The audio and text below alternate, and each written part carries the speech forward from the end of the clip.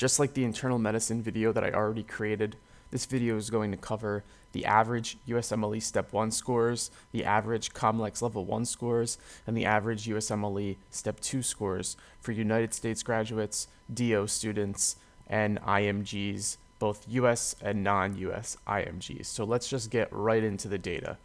This chart shows you the percentage of unmatched United States seniors and independent applicants, meaning IMGs, who ranked each specialty as their only choice. So basically, when you're looking at this chart, the longer that dark blue line, the more unmatched people in that specialty. So if we look at this chart and we want to draw conclusions, what you can say is that dermatology had the most people apply to it and not match. Psychiatry had the second most people apply to it and not match, because we're looking at the dark blue line. So you see general surgery about halfway down, and according to this chart, 20.9% of applicants who applied to general surgery did not match. So 1 in 5 applicants did not match. So it's significant data, and I think that this is really useful to look at. So it's surgery historically was a very competitive specialty. It's still relatively competitive today, although it's certainly decreasing competitiveness over time. I'll talk at the end of the video why that is, but just taking away this data right here, about 1 in 5 students who apply to general surgery do not match. This chart shows the average USMLE Step 1 scores of matched versus unmatched applicants in all specialties. And I'm showing you this so that you can compare the average Step 1 score in general surgery compared to other specialties. So if you go over to general surgery, you find general surgery along the bottom axis and you scroll up. The average USMLE Step 1 score for United States seniors in general surgery looks to be about 236.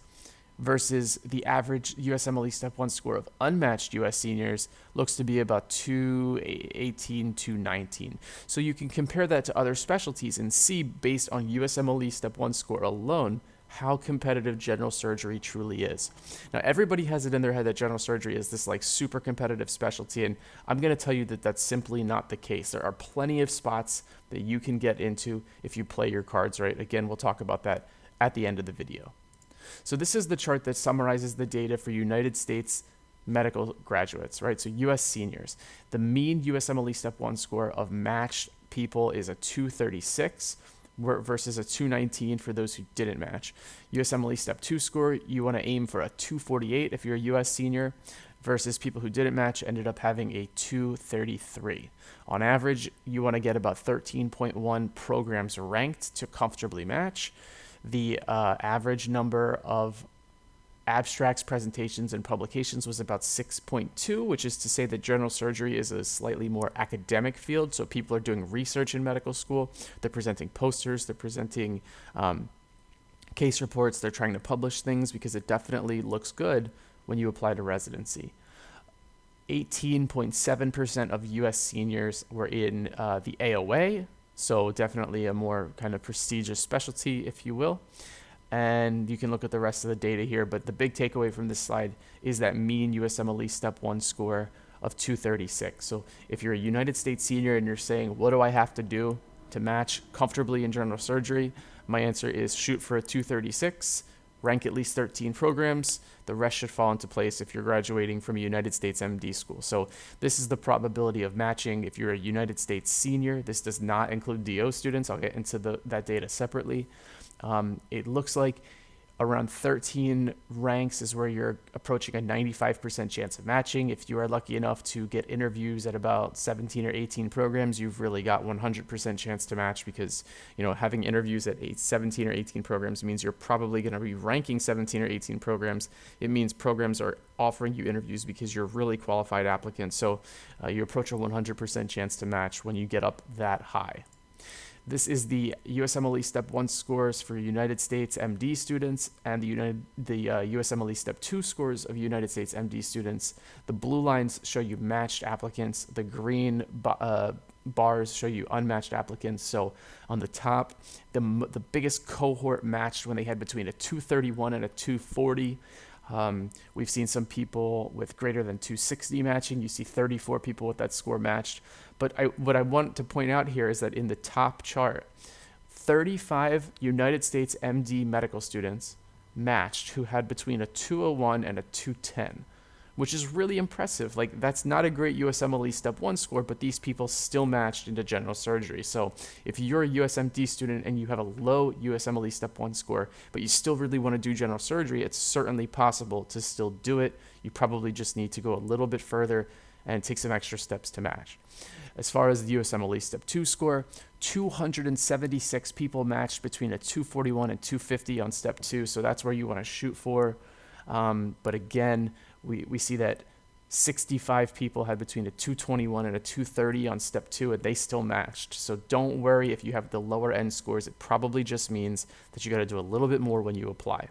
Okay, so this is some great data. Pause the video if you want to check this out more, but I'm going to move on now and talk about the DO students in the United States and how all their data goes into matching to general surgery. So this is the data for DO students specifically. And what we see here is that the average COMLEX level 1 score for matched DO students in a general surgery is a 613.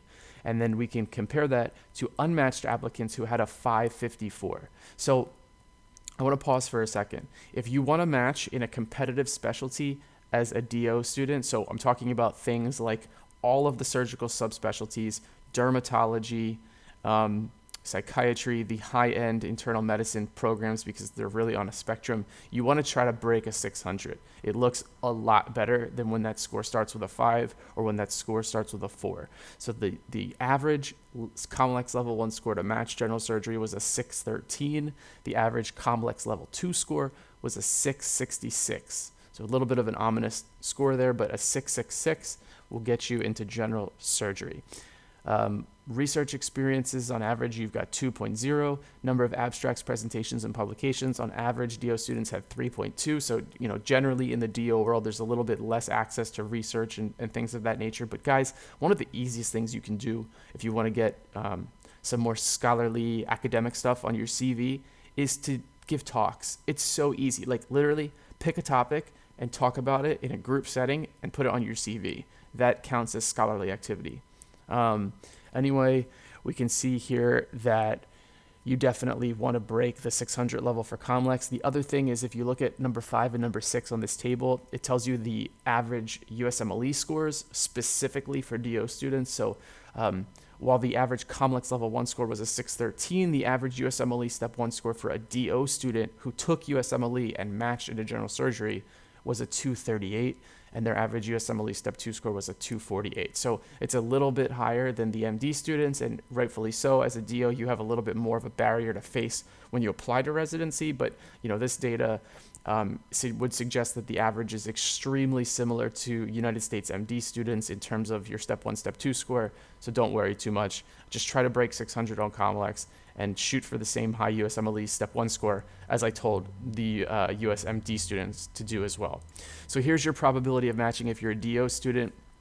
Pretty much you want to get at least to about 13 or 14 programs. At 14 programs, you've got a 90% probability of matching. You approach a 100% chance as you get near 19 and 20. If you're only ranking, let's say, 10 programs, you've still got about a 75% chance of matching. So 3 out of 4 times you'll match. So that's pretty reassuring. Just do yourself a favor and apply to a ton of programs if you're a DO student and go on all those interviews.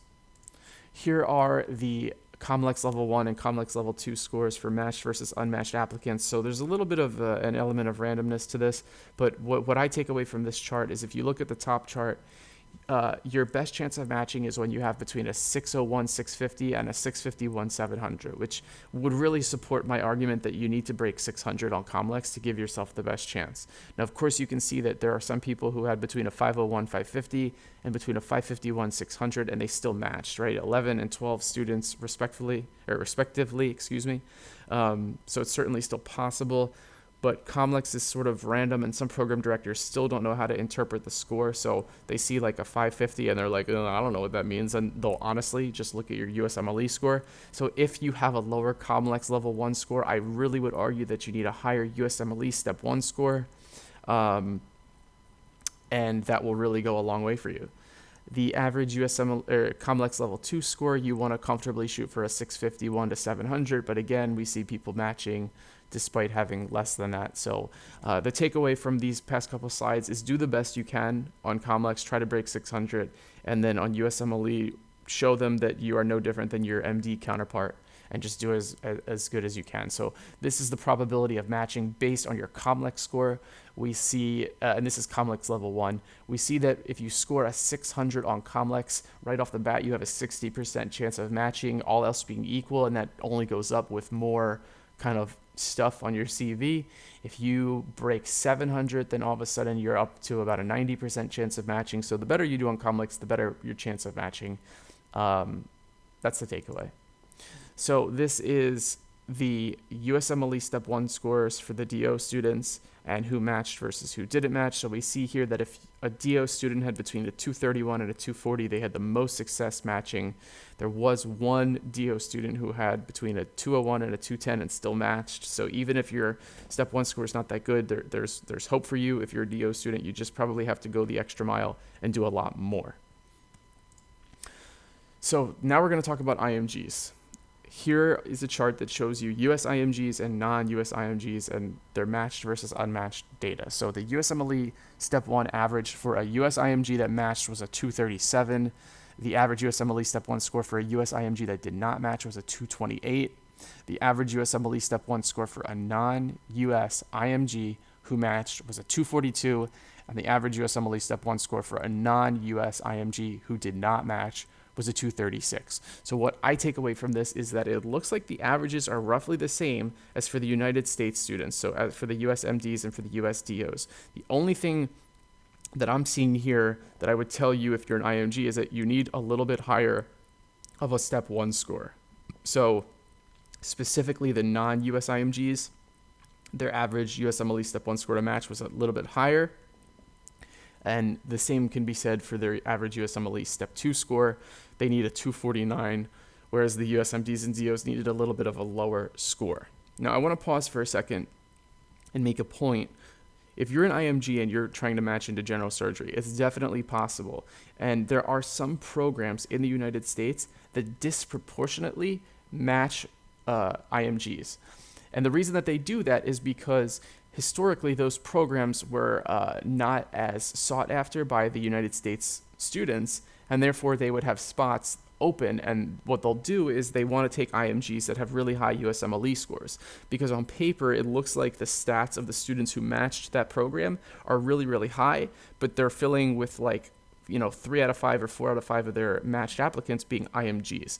So there are programs in the United States that are good programs with great attendings who will give you an excellent residency education, but they're going to take IMGs more than they take US MDs and US DOs. Now, they are far and few between.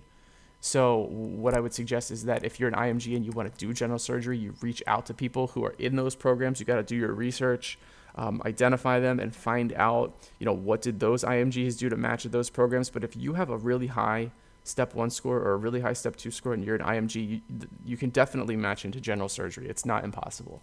So this is a really good chart to look at. Pause the video if you need more time, but we're going to move on and talk about the probability of matching if you're an IMG. So what this chart shows you is that dark blue line is the probability of matching if you're a United States IMG, and the green line is the non-United States IMG.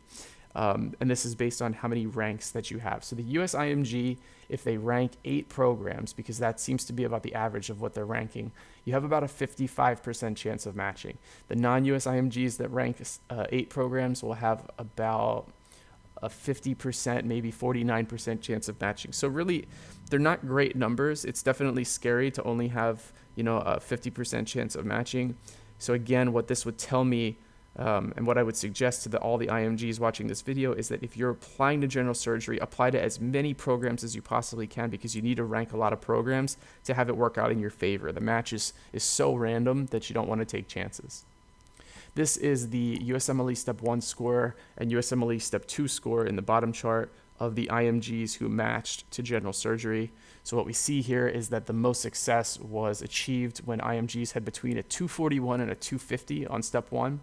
But the concerning data here is that you see that green line, and all the green lines are people who didn't match. So there are a lot of people who had between a 211, 220, between a 221, 230, and even between a 231, 240, and they all didn't match. I mean, even 19 applicants had between a 241, 250 and didn't match into general surgery. So there's definitely some cause for concern here. You absolutely need to apply to a lot of programs if you're an IMG going for general surgery.